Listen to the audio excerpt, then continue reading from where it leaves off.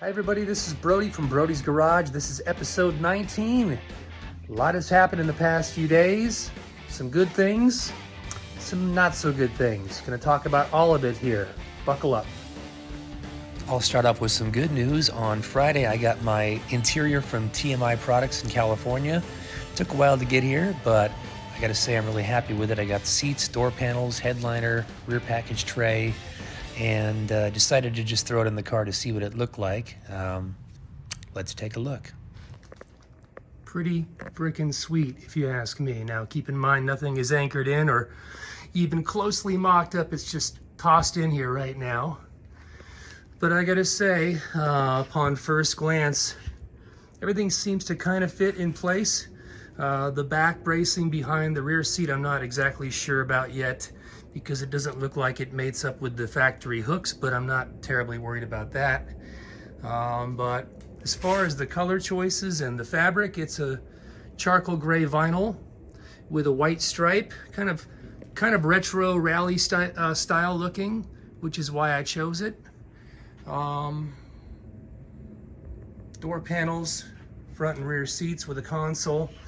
I'm going to build a custom console for the front tunnel. I'll have it upholstered to match. This is a billet specialty steering wheel. That'll go in there. And it's also got a dark gray wrap. And I think when it's all said and done, with the speakers in place and the chrome trim around the door panels, center console with a shifter, multimedia player, painted dash of course, and dash pad and headliner installed, it's gonna look really, really sweet. Okay, so we got this beautiful radiator from Entropy, and it's a really nice piece. However, first of all, they didn't put the inlet and outlet on the same side. They're supposed to be on the passenger side for an LS engine, and it's supposed to be a dual pass so that the water goes in one side, flows to the other side, and then flows back to the outlet.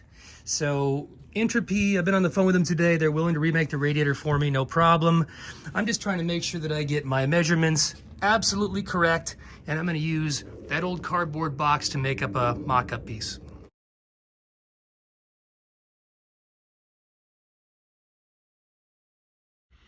And now, ladies and gentlemen, here is mistake and humility lesson number 1. Got myself in a pickle here again. Thanks to a Facebook forum user, I realized that I forgot to plug an oil galley hole that's behind this timing cover. There's a little freeze plug that's supposed to go in there, and I forgot to do it. So the good news is I'm catching this before the engine goes in the car. So today I thought, well, okay, it's going to take me an hour to pull off the water pump and the accessory drives, and I'll pull off the balancer, and then I'll get the timing cover and the oil pan off, and I'll fix it and put it back together in a couple hours tops. Well, I screwed up. I got a Harmonic balancer tool here, which actually just came today from Summit, and it's got a little tapered conical piece that goes on the end of this bolt here, and I looked at it and I said, okay, that conical piece is bigger than the tapped out hole for the bolt, so it's going to go up against the crank snout and it won't go too far inside to damage the threads. Well, this thing must be made of a softer material, and it must have been just barely oversized, not as much as I thought it was. And as I began cranking down on the bolt, it sucked it right inside the crank snout, and now it is stuck in there good. And so rather than continue to drive it in further, I'm going to try to get the, what do you call it, the hub of this balancer. I actually ended up taking off the outer ring of the balancer off of it because it unbolts. And what I'm going to do is, I have a very limited supply of sockets here that fit down inside there, but fit around that conical seat. So I got the largest shallow socket that I have, which I need to get more sockets. But I'm going to put that in there over the conical piece so that it's pressing only against the crank snout, but not the conical piece. And then I'm going to get a couple more washers and stack them against this, so I know that I'm going to lose this socket, but I'm going to try not to. So I'm going to put that in there with these washers on the end of it and try again and see if I can get this hub off there. And then if I get it off, I'll tack weld a nut or something onto this steel piece here and see if I can knock it out. God help me. I can pretty much tell you this balancer tool that I got, balancer puller tool here that I got, is made of some really cheap metal, because just bolting these on there, I could totally see this whole thing flexing. So that little piece that's stuck in there is made of the same pot metal that this is made of, and that's why I'm having a problem here today. And I probably should have used a washer or something else in there, but anyway, let's see if I can get this thing off. All right, so my first attempt did not work.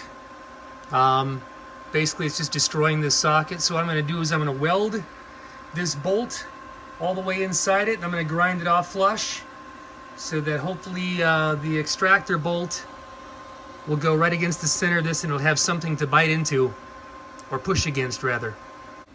It's almost getting comical at this point, but I welded this socket up both inside and outside. Let's see what it looks like here. I'm sure it's very hot right now.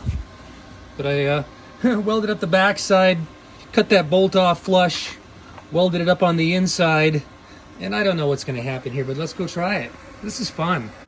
Well, all right, I got my balancer, my welded up socket is in there, and bolted this thing on, and it looks like it's actually coming off here. Let's see if I can make it come off all the way. Yup, it's coming off.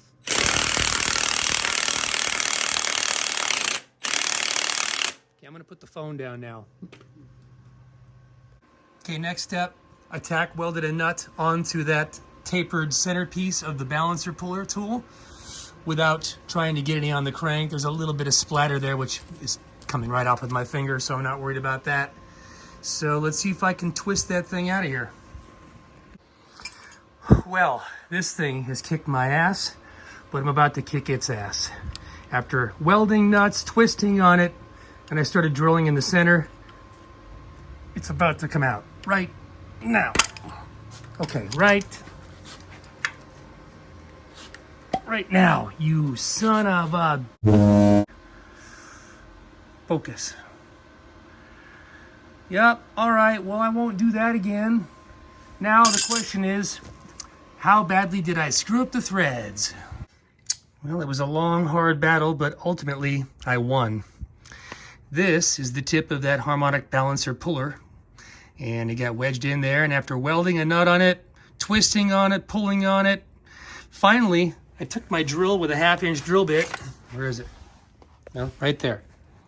And I started deciding, well, I'm just going to drill down the center of it, and maybe I'll ultimately tap it out, or I'll use an extractor or something. But as I started drilling into it, it spun just the right way, and it pulled out just a little bit. I grabbed on it with pliers and got it out the rest of the way. And knock on wood, it seems as though my threads are not damaged, because it didn't go in far enough to hit the threads. My Harmonic balancer bolt threads in all the way, and it looks as though everything's going to be okay. Whew, okay, well, the reason we are all here today is because I saw a guy post something on one of the LS groups on Facebook, and he asked the question, hey, I've got no oil pressure when I'm cranking. Could it be possibly something to do with this hole here? And everybody said, yep, there's supposed to be a plug there. Well, guess what? I happen to have an extra 5/8 plug right here, and I'm going to pop it in there.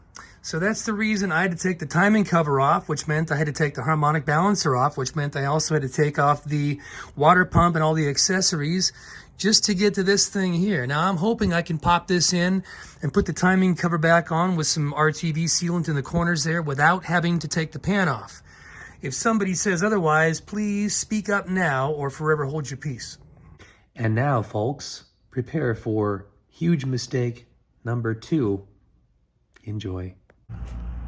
It's going to be very difficult to see, but when I was welding up my seams here, I wasn't protecting my glass. I should have had a welding blanket, or I should have taken the glass out. Very fine little pits all over. You probably can't see it here, but trust me, you can feel them with your nail.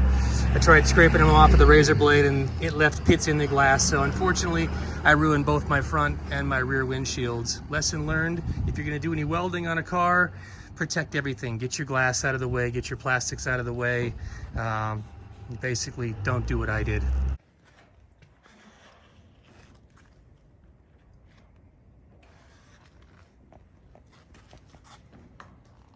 definitely want to squeeze it on there. Yeah, get it all in It's all the not nooks about, and crannies. trying to get it all filled in the first application. So Right. I've got it pushed in there really good.